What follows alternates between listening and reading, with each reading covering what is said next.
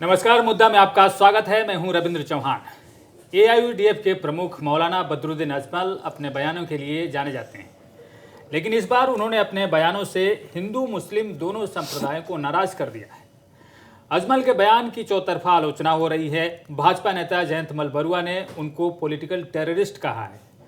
बदरुद्दीन अजमल ने ये बयान क्या सोच कर दिया? विधानसभा में एआईयूडीएफ के 15 विधायक हैं। बदरुद्दीन डुबरी से लोकसभा सांसद भी हैं।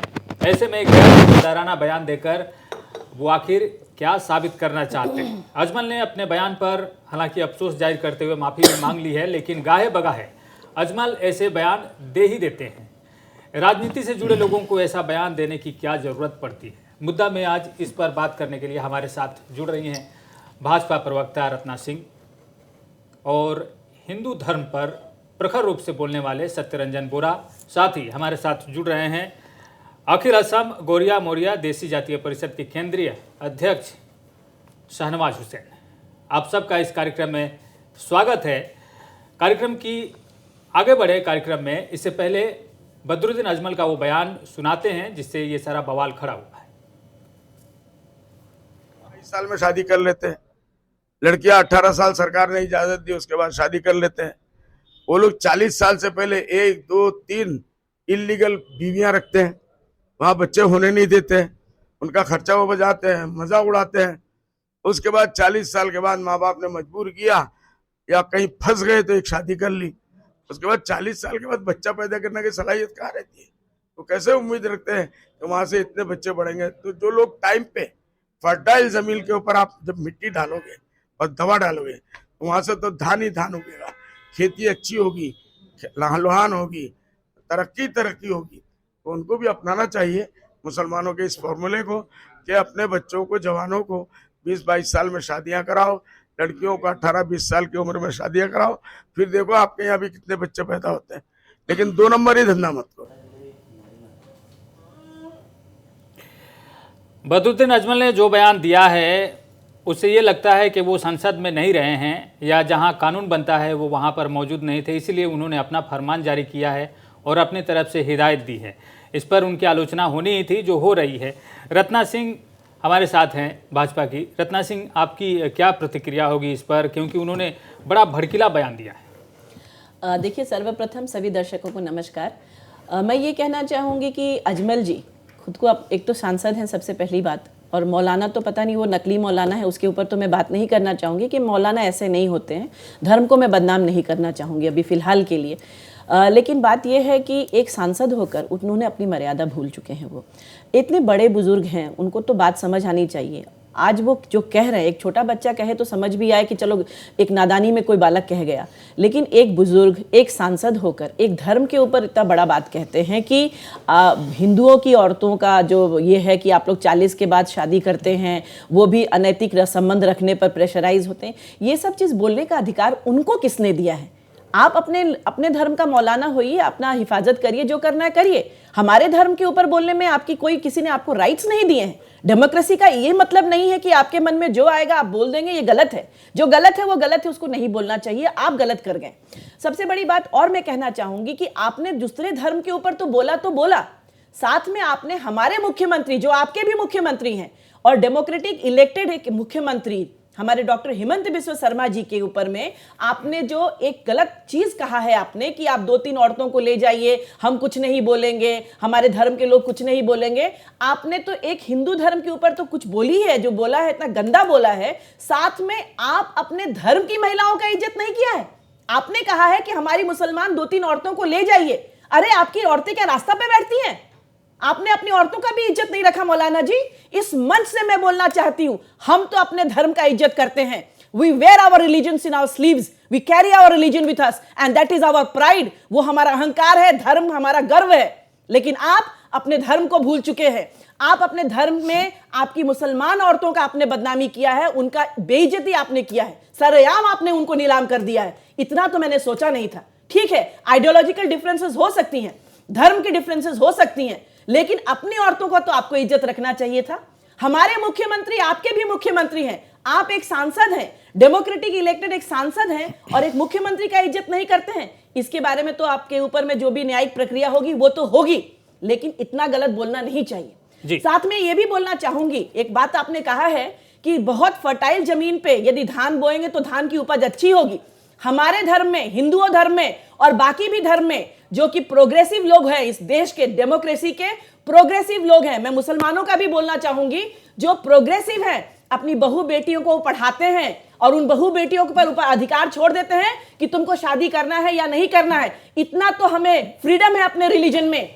आपके रिलीजन में शादी में 4-4 शादियां करती हैं। मैं तो कहना चाहूंगी यूनिफॉर्म सिविल कोड आना चाहिए। आज एक हिंदू एक ही शादी करता है, लेकिन वो 2-3 औरतों के साथ संबंध रखेगा तो वो गैर कानूनी है। लेकिन आपके धर्म में तो 4 औरतें रखी जाती हैं, उनके साथ तो पॉपुलेशन बढ़ेगी। आपकी कंपैरिजन सही नहीं है और आपने धर्म को लाकर सबसे बड़ी गैर कानूनी काम की है। यह चीज आपसे एक्सपेक्टेड नहीं था। आपने क्लासलेस, चीपलेस बात किया है, जो आपकी आइडेंटिटी बताती है, आपका परिचय, आपकी पर्सनालिटी, आपका वक्तव्य ही आपकी पर्सनालिटी और परिचय है। अशेम्ड ऑफ यू अजमल जी। जी, अब शाहनवाज हुसैन जी, उन्होंने जो टिप्पणी की है वो एक धर्म के लिए नहीं की है।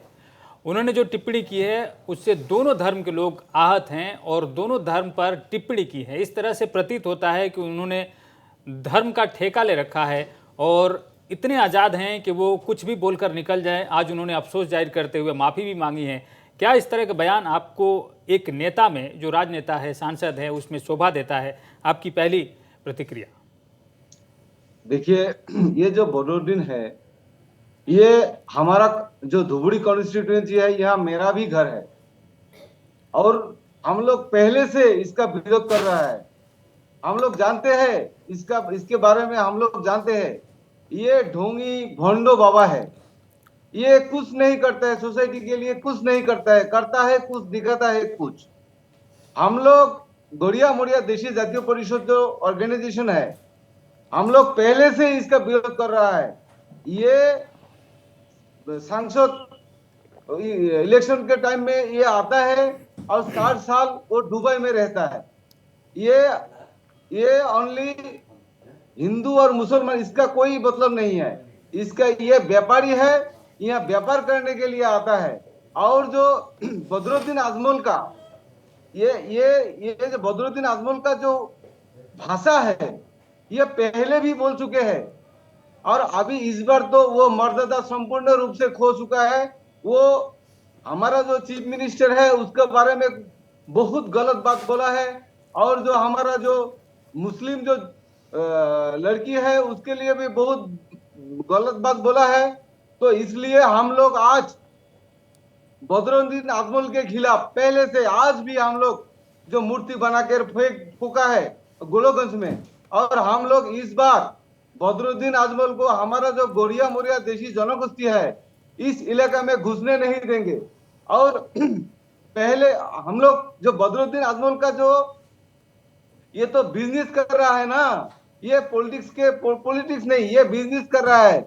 हमारा इधर जो पहले से वो क्या था, वो पहले जो इलेक्शन लड़ रहा था तो बहुत प्रोमिस किया था इधर धुबरी लोकसभा समष्टि में, तो एक भी प्रोमिस ये कंप्लीट नहीं किया है। ये धोखाबाज आदमी है, नोटंकी है। और जो मौलाना हो, इसको मौलाना नहीं कह सकते हम लोग। इस्लाम तो हमारा जो इस्लाम धर्म है, इसको तो ये परमिट नहीं करता है। ये जो लिबास पहना है, ये जो टोपी रखा है, दाढ़ी रखा है, ये सब इसका धोखाबाजी है। तो हम लोग गोड़िया मोड़िया देशी जातीय परिषद इस बार इलेक्शन में इसको घुसने नहीं देंगे। हमारा जो इलाका है जी। ये आदमी गरीब आदमी को ठोकता है। और ये हमारा इधर मैं धुबड़ी लोकसभा समष्टि से बिलोंग करता हूं। मैं आज शर्म से मेरा सर झुक गया है इस आदमी के लिए। देखिए, ये हिंदू समाज को हमारा हिमंत विश्व शर्मा को और जो मुस्लिम लड़की है इसके बारे में जो कहा है, इसलिए हम लोग गोड़िया मोड़िया देशी जातीय परिषद हम लोग पूरा इसका बहिष्कार करेंगे इस बार इस इलेक्शन में। जी, तो शाहनवाज हुसैन उस धर्म संप्रदाय से आते हैं जिससे बदरुद्दीन अजमल भी आते हैं, लेकिन उनकी बातें और उनकी बातों में कितना अंतर है। अब ये देखना होगा कि राजनीतिक रूप से आने वाले दिनों में इसका क्या असर पड़ता है। बदरुद्दीन अजमल क्योंकि इस तरह के बयानों के लिए वो चर्चा में रहते हैं। और इस बार लेकिन उन्होंने जो बयान दिया है दोनों संप्रदायों को नाराज किया है। आगे बढ़ेंगे और हमारे साथ सत्यरंजन बोरा है। सत्यरंजन बोरा भी काफ़ी टिप्पणियां करते हैं धार्मिक रूप से भी और हमेशा चर्चा में रहते हैं। इनकी टिप्पणियां जो हैं वो कई बार एक धर्म विशेष के लिए काफ़ी कड़ी होती है। सत्यरंजन बोरा जी, इस पर आपकी क्या प्रतिक्रिया है? आजमल जी का इसने जो कहा है अभी, ये सुन के मैं तो हैरान नहीं हूँ। आप सब लोग हैरान हो सकते हैं, लेकिन मैं हैरान इसीलिए नहीं हूँ क्योंकि ये जो अब जो है ना, झूठ को आप छुपा नहीं सकते हो। झूठ को आप कितना देर तक छुपा के रखोगे? आप ड्रामा कितना देर तक करोगे? जितना भी अच्छा मूवी हो, आप 3 घंटे से ज़्यादा तो आप नहीं देख सकते हो। इसीलिए आप देखो, ये कितना साल हो गया जब से एमएलए बना, एमपी बना, तब जब से एआईडीएफ हुआ, तब से इसका ड्रामा हमें दिख रहा है। तब से जो सेकुलरिज्म का जो धप्पा ये हम लोगों का सामने रखा था, उसका सब कुछ खोल गया है। And basically he is a मौलाना। अभी कोई माने उसे मौलाना, ना माने, हमें तो उसका कोई ये नहीं है, उसका सर्टिफिकेट भी हमें नहीं दिखना है। उन्होंने अपने बयान पर माफ़ी भी मांगी है। माफ़ी मांगा है तो वो हम लोगों का वो हम लोगों के लिए कोई फ़र्क भी नहीं पड़ रहा है, क्योंकि ये जो है, मैं जो बोलना चाहता हूँ, उसने जो कहा है, he is simply reflected the philosophy of Quran. मेरा जो सीधी बात है, मैं सीधी बात करता हूँ, मुझे बकवास करने में ये मज़ा भी नहीं आता है, सीधी बात करता हूँ। उसने जो कहा है वो कुरान पे लिखा हुआ है, हर एक पन्ने में आपको कुरान पे मिलेगा। उसने जो कहा है कि आप बुआ बीज डालो, वहाँ पे प्रोडक्शन ज़्यादा होगा, कुरान पे लिखा हुआ है। ये शैक्षिक क्षेत्र कुरान पे लिखा हुआ है, ये भी लिखा हुआ है कुरान पे। आप और देखो, ये जो कहा है कि हिंदू ये करते हैं वो करते हैं, मैं इस पर भी हैरान नहीं हूँ कि एक मौलाना का जो कैरेक्टर है, जो हलाला जो प्रोसेस है, हलाला प्रोसेस में आप किसी ने अगर तलाक दे दिया ना, तो ये मौलाना मुफ्ती ही है जिन लोगों ने एक लड़की के साथ वो संपर्क करके सेक्सुअल रिलेशनशिप रखने के बाद उसको प्यूरिफाई मानते हैं, उसके बाद किसी और के साथ शादी करवाते हैं। ये तो मौलाना मुफ्ती का ही काम है। मुझे क्या पता बदरुद्दीन आजमल किसी के कितने का साथ हलाला किया होगा, ये तो अभी देखना पड़ेगा कि उसने बोल दिया है। सत्यरंजन जी, कई बार ऐसी बातें आती हैं जो हिंदू धर्म से जुड़े हुए लोग होते हैं, वो कई बार अपनी सभा में कहते हैं कि हिंदुओं की जनसंख्या जो है वो धीरे धीरे कम हो रही है और नियंत्रण नहीं होने से मुसलमान संप्रदाय की जो है संख्या वो बढ़ रही है, और इस पर कई बार कानून भी बनने चाहिए होते हैं। इस तरह से कहा जाता है कि कानून एक समान होना चाहिए सबके लिए और आबादी पर नियंत्रण होना चाहिए। आप एक बयान था, इसी को ध्यान में रखते हुए मौलाना बदरुद्दीन अजमल ने ये दिया होगा, लेकिन उनके पीछे उनका एक स्वार्थ भी नज़र आता है कि वो उनकी जो विचारधारा है उसको वो सही साबित करना चाहते हैं और वो आपसे करवाना चाहते हैं। शायद यही सोचकर उन्होंने ये बातें कहा। नहीं, और एक देखिए, उसने जो कहा है, मैं पहले एक बुक में मैंने पढ़ा था, जुल्फ़िकर अली जिन्ना जो है पाकिस्तान का पहले वो जो प्राइम मिनिस्टर बना था, उसने कहा था कि मुसलमानों को अगर ये पॉलिटिकली हमें शक्तिशाली होना है, पॉलिटिकली हमें एम्पावर होना है, तो हम लोगों के पास पहला शस्त्र या अस्त्र जो भी कहो अब इंस्ट्रूमेंट होगा जनसंख्या में। किसी भी तरीके से जनसंख्या को संख्या बढ़वाना है। ये जिन्ना का जुल्फ़िकर अली भुट्टो, शायद I forgot the name actually, Zulfikar ने कहा था। तो यही जो सेम है, यही बदरुद्दीन आजमल ने भी कहा है ये बात जो है। और सबसे बड़ा है कि अभी मुझे ये दिख रहा है some political agenda is there, क्योंकि यहाँ पे देखिए 2-3 चीज़ हो रहा है। मैं आसाम की कॉन्टेक्स्ट में अगर बोलूँ कि ये इस्लाम का कैरेक्टराइजेशन, जैसे अभी देसी गोरिया मोरिया जिसने कहा है कि someone is trying to polarise the means local Muslim and this all the Bangladeshi Muslims, और यहाँ पे बदरुद्दीन आजमल का ये बयान कुछ काम कर रहा है, मुझे ऐसा लग रहा है। और मैं तो ये कहता हूँ कि ये जो इस्लाम जब तक रहेगा, जैसे उसने कहा है कि मुख्यमंत्री जी के बारे में आप 2-3 मुसलमान लड़कियों को ले जाओ, ये तो उन लोगों का कैरेक्टर है, ये इस्लामों का कैरेक्टर है, क्योंकि ये औरतों को कुत्ता मानते हैं, कुरान पे लिखा हुआ है। ये औरतों को आपका शैतान मानते हैं, कुरान पे लिखा हुआ है। ये औरतों को जैसे धार्मिक जो टिप्पणी है वो हम नहीं, उस पर बात नहीं कर रहे हैं, लेकिन ये जो बदरुद्दीन अजमल ने जो कहा है, हम सीधे इस पर ही बात कर रहे हैं। सत्यरंजन जी, हम आगे भी चर्चा जारी रखेंगे। यहाँ पर एक वक्त है छोटे से ब्रेक, और ब्रेक के बाद लौटेंगे तो आगे जो प्रश्न सवाल खड़े हो रहे हैं उस पर चर्चा जारी रहेगी।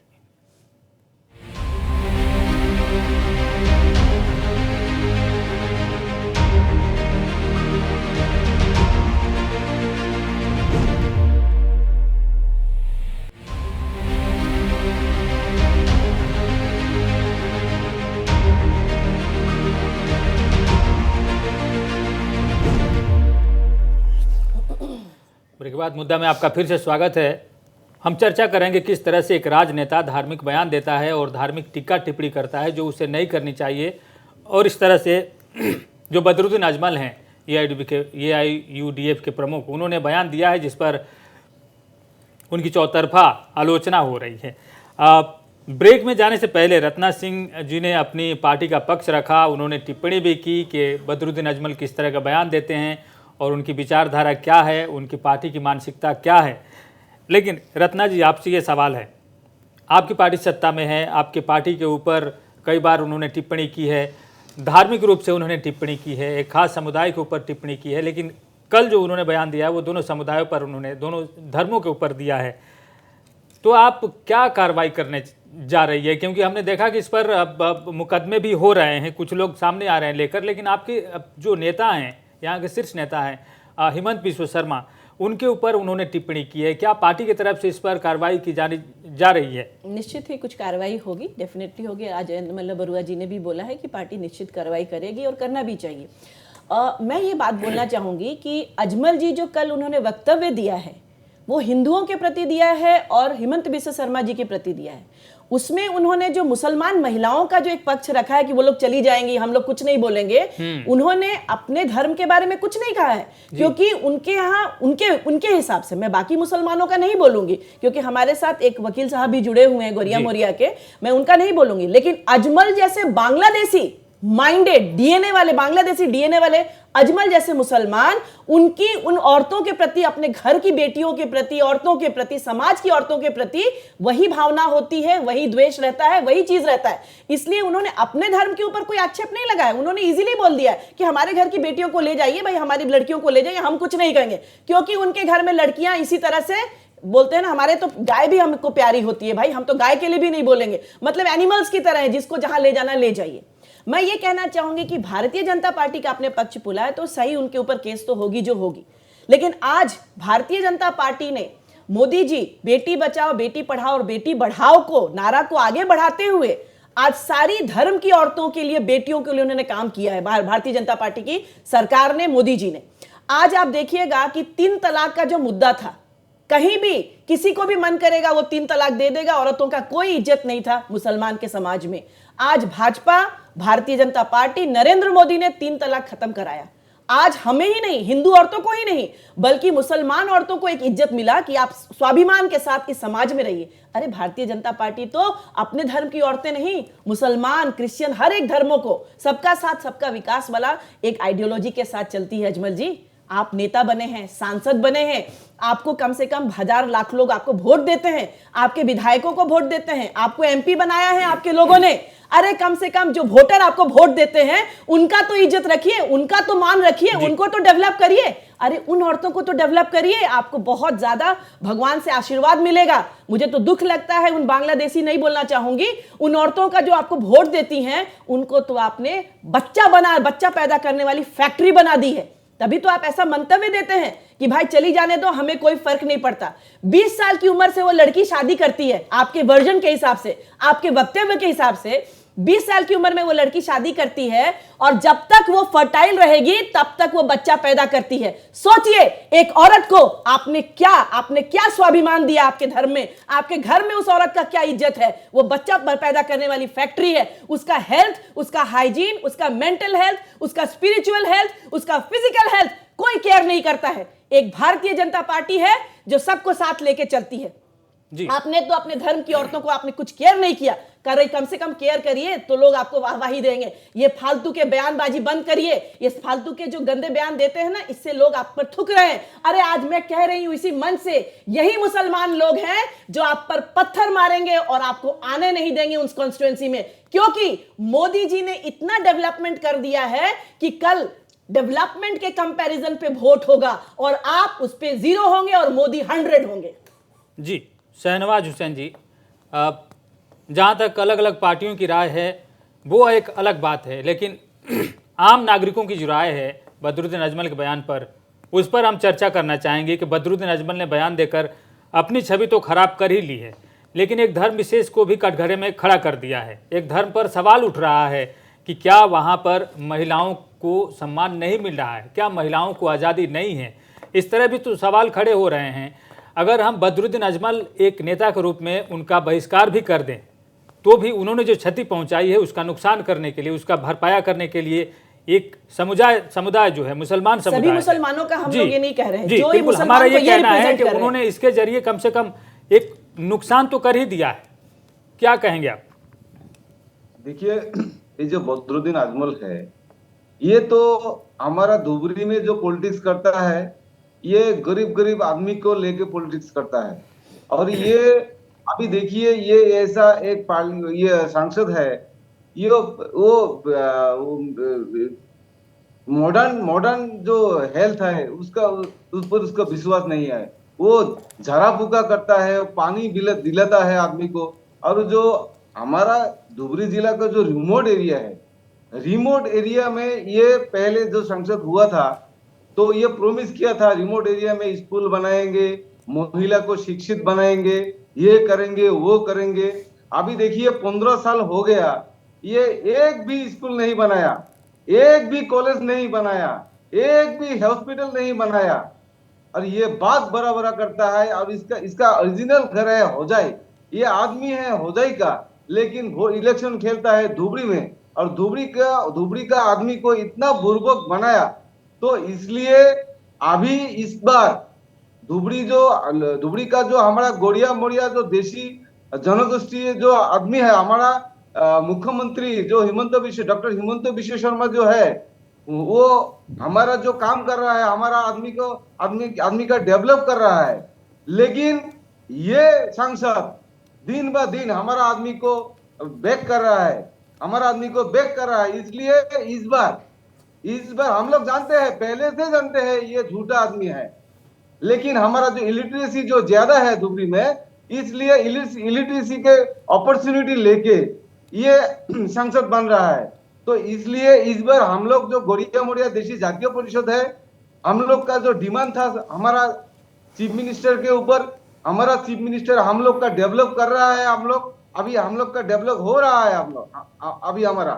तो इसलिए हम लोग ये जो बदरुद्दीन अजमल है, इस बार हम लोग ये बदरुद्दीन अजमल को धुबरी से उसको खेत देंगे, उसको भगा देंगे। तो इसलिए जो हम लोग का डिमांड है, जो इस टाइप का आदमी को खुला नहीं छोड़ने दीजिए, इसको एफआईआर देके जेल में डालना चाहिए। अगर ये जेल में नहीं जाएगा तो फिर निकल के वो इलेक्शन आ रहा है, अभी ये दूसरा बात बोलेगा, इसका देखिए, इसका कोई धर्म नहीं है ये।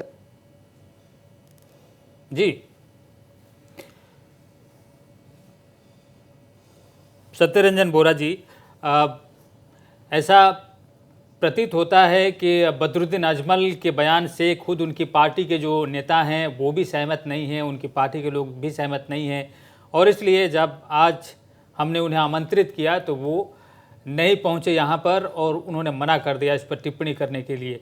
तो हमें लगता है कि बदरुद्दीन अजमल ने अपनी पार्टी की छवि भी खराब की है, अपनी छवि भी खराब की है। लेकिन आपका ये मानना है कि बदरुद्दीन अजमल कभी सही थे ही नहीं, उनकी कार्यशैली ऐसी रही है, उनकी विचारधारा ऐसी रही है।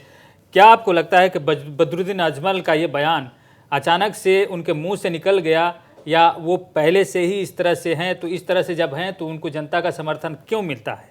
ये जो बयान है ये स्लिप ऑफ टंग नहीं है, ये तो पहले से ही, एक्चुअली मैंने आपको जो कहा, इट इज़ द रियलिटी। जो कैरेक्टर है उन लोगों का, मौलाना मुफ्तियों का जो एक्चुअल कैरेक्टर जो है, this is nothing but the reflection of those character. जैसे मैंने पहले भी आपको कहा है कि कुरान में जो लिखा हुआ है, जो स्वरूप है औरतों को लेके, जो गंदी बातें लिखा हुआ है, जो उन लोगों का आचरण में जो हमें दिखता है, वही सब उसका वही सब बोला है उसने। अभी इतना खोल गया है कि उन लोगों का नकाब इतना खोल गया है, अभी हिंदुओं को लाके हिंदुओं को ढाल के हिसाब से निजी विचारधारा हो सकती है। नहीं, आप अगर आप उसका निजी विचारधारा मान सकते हो, लेकिन जब आप कुरान नहीं पढ़े होंगे इसीलिए बोल रहे हो, लेकिन मैंने पढ़ा है, मैंने उसके ऊपर लिखा भी है, तो मैं ये नहीं मान सकता कि ये स्लिप ऑफ टंग है, ये पॉलिटिक्स भी नहीं, ये उन लोगों का कैरेक्टर है। उन लोगों के अंदर खून पे ये सोच गंदा खून सोच इनके अंदर है। लेकिन देखिए क्या बोल रहा है, जो बोल रहा है कि अपना लड़की को आप ले जाओ 2-3 साल, नहीं, जो वो तो कहा बोल रहा है है ना, उनकी ये निजी नहीं, भाषा निजी है, भाषा हालांकि हो उनकी ही एक नहीं सकता पब्लिक है। छवि है, पब्लिक इमेज है, उनको ऐसा नहीं बोलना चाहिए था, नहीं इसीलिए तो इतना बवाल हुआ नहीं, है। मैं ये बोल रहा हूँ जी। बवाल नहीं है, representative हैं, वो बहुत लोग representative वो हैं। आप रिप्रेजेंटेटिव हो, कोई भी हो, he is a responsible citizen, he is MP होने के बाद हम जो जानते हैं ही इज ए मौलाना, तो मौलाना हुआ तो मुसलमानों का धर्म गुरु भी हो गया उस हिसाब से, हम तो उसी हिसाब से देखेंगे, तो ये भले ही जी। कहीं ना देखे हम तो देखेंगे उसे। और उसने जो कहा है कि जो इस हिसाब से अगर आप आगे लेके जाओगे, हम क्या बोलते हैं सनातन में देवियाँ है, हम देवी पूछते हैं। अब देखो माँ कामाख्या क्या है, माँ कामाख्या में जहाँ पे सृष्टि होता है ना, वो यूनी पार्ट है, यूनी पे हम पूजा करते हैं। शिवलिंग जो होता है ना, ये जो संगम जो है उस पे हम पूजा करते हैं, पानी डालते हैं, घी डालते हैं, उस पर बेल पत्र देकर हम पूजा करते हैं। और इसी चीज को ये सनातन की आत्मा को आघात करने के लिए, माँ कामाख्या की जुनी को नश्वर करने का इन लोगों का जो तरीका है, ये बदरुद्दीन आजमल की आचरण से, वक्तव्य से, क्योंकि हम उसके पूजा करते हैं, उस पे जहां से मैं पैदा हुआ, जहां से आप पैदा, जहां से पूरा सृष्टि है, जी, बिल्कुल। जिसको हम पूजा तो करते हैं, उसको ये बोलते हैं कि आप इसको ले जाओ, उसको ले जाओ, ये करो, वो करो। That means what? बिल्कुल, ये तो सीधा बार है सनातन के ऊपर। धार्मिक रूप से जो भी धार्मिक ग्रंथ में जो लिखे गए हैं, जो जिसका अनुसरण लोग करते हैं, एक खास समुदाय के जो अनुयायी हैं या धर्मावलंबी है, वो अनुसरण करते हैं, वो अपने अपने विचारधारा का अनुसरण करते हैं, उसका पूजा करते हैं। हमारा ये सवाल था यहाँ पर कि बदरुद्दीन अजमल के एक बयान से कितनी बड़ी क्षति पहुंची है, और आज आपने कहा कि वो उनके कुरान में लिखा हुआ या धर्म में लिखा हुआ, हम इस पर नहीं जाना चाहते हैं। लेकिन हमारे साथ एक मुसलमान व्यक्ति हमारे साथ जुड़े हुए हैं, खुद शहनवाज हुसैन जी हमारे साथ जुड़े हुए हैं, लेकिन उनकी राय बिल्कुल अलग है। वो किस तरह से बातें कर रहे हैं, वो कह रहे हैं कि उनका बहिष्कार होना चाहिए, और वो बिल्कुल धर्म का ठेका लेकर उन्होंने नहीं रखा है। एक बार फिर शहनवाज जी, मैं यहाँ पे एक बात ऐड करना चाहता हूँ, जैसे कहा कि समाज से बहिष्कार करना चाहिए इन लोगों को, तो कर दीजिए ना, किसने रोका है? जी, आप लोग कर दो बहिष्कार, तो दिखा दो, बोलने से क्या होगा? अगर आपको ठेस पहुंचा है तो बहिष्कार करके निकाल के आप दिखा दो कि हमने कर दिया है। ये जो बदरुद्दीन आजमल है ना जी, बदरुद्दीन आजमल और ये सत्यरंजन बरा जो है, एक ही टाइप का आदमी है। जी जी, एक ही टाइप का आपने इनके ऊपर भी सवाल खड़ा कर दिया। जी, यहाँ देखना ना, देखिए सर, यहाँ बैठ के इस्लाम कुरान के बारे में कुछ बोल रहा है, वो भी धर्म के बारे में कुछ बोल रहे हैं, एक ही टाइप का आदमी। ये लोग को ये सत्यरंजन का बरा के ऊपर भी हम लोग केस दिया है, इसको भी पकड़ के जेल में डालना चाहिए इसको। अच्छा, क्योंकि ये कुरान नहीं पढ़ा है और कुरान में इस तरह का नहीं लिखा है। ये ऐसे बोल रहा है, कुरान में ऐसा लिखा है, वैसा लिखा है। ये बदरुद्दीन भी बदमाश है, ये सत्यरंजन बरा भी बदमाश है।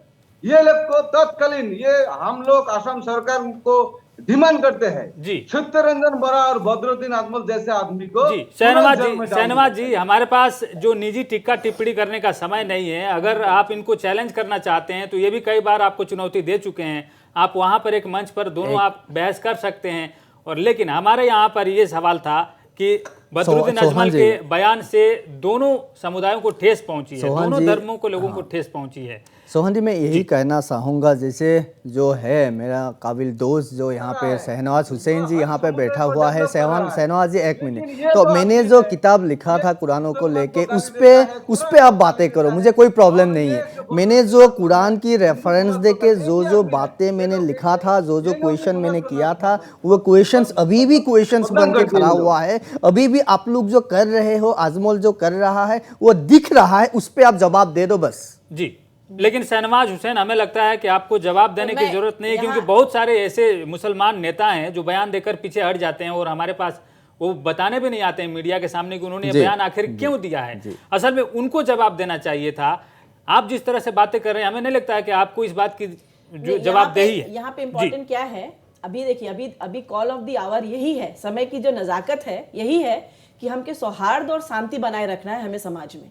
आज ये कोई बोलेंगे, वो कुछ बोलेंगे, इस चीज को हमें, वो अपने अपने लेवल पे लोग बोल रहे हैं। अजमल ने जो बोला है वो बहुत गंदा बोला है, प्रोग्रेसिव माइंडेड नहीं है।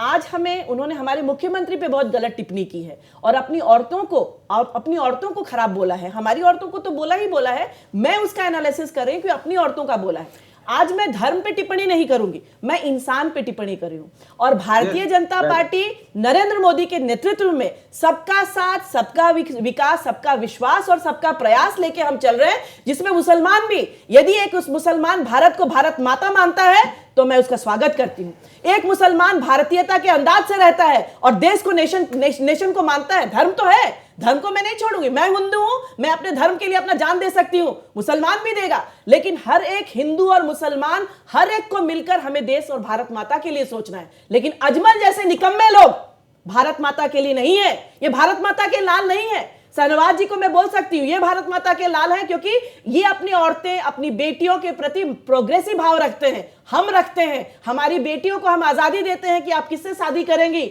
आप कब किस उम्र में शादी करेंगी। लेकिन अजमल जैसे मुसलमान मैं बोलूंगी, क्योंकि अजमल जैसे ही लोग लव जिहाद करते हैं, अजमल जैसे ही लोग आफताब बनते हैं, अजमल जैसे ही लोग शायद कसाब बनते हैं, इसीलिए उनको पॉलिटिकल टेररिस्ट नाम दिया गया है। आज अजमल जैसे शाहनवाज नहीं है, कुरान है। मेरा हिम्मत नहीं है कि मैं कुरान पे टिप्पणी करूं, क्योंकि हर धर्म का सद्भाव मुझे सिखाया गया, मैं करूंगी, जरूर करूंगी। लेकिन यदि मेरे धर्म पर आप आक्षेप करोगे, अजमल जैसे लोग, यदि मेरे धर्म पे आप टिप्पणी करोगे, मेरे धर्म को गंदा गाली दोगे, मेरी बहू बेटियों, मेरे धर्म की बहू बेटियों पे गाली दोगे, अपनी बहू बेटियों पे भी गाली दोगे। मैं एक महिला हूं, मैं एक मुसलमान महिला के लिए भी आवाज उठाऊंगी और हिंदू महिला के लिए भी उठाऊंगी।